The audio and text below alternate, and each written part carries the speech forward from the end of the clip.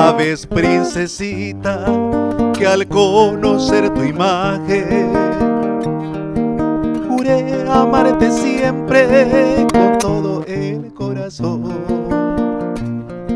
y me hallé cautivado desde aquel instante de tu preciosa boca que aprisionó a mi amor.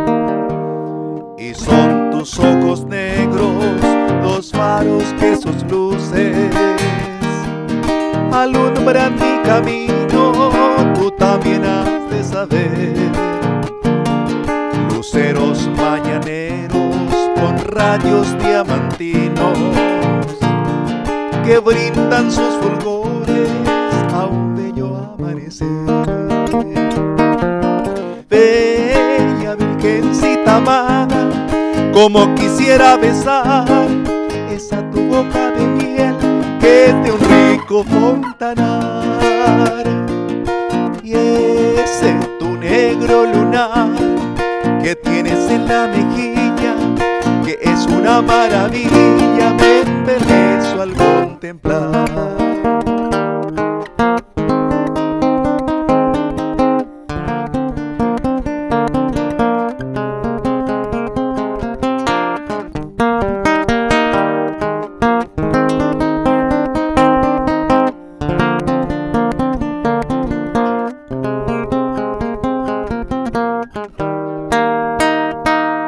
Tu rostro que sonroja cual pétalos de rosa le da un encanto vivo a tu mágico lunar, y tu amable sonrisa, mi ninfa soberana, es bálsamo que cura a mi pena sin cesar.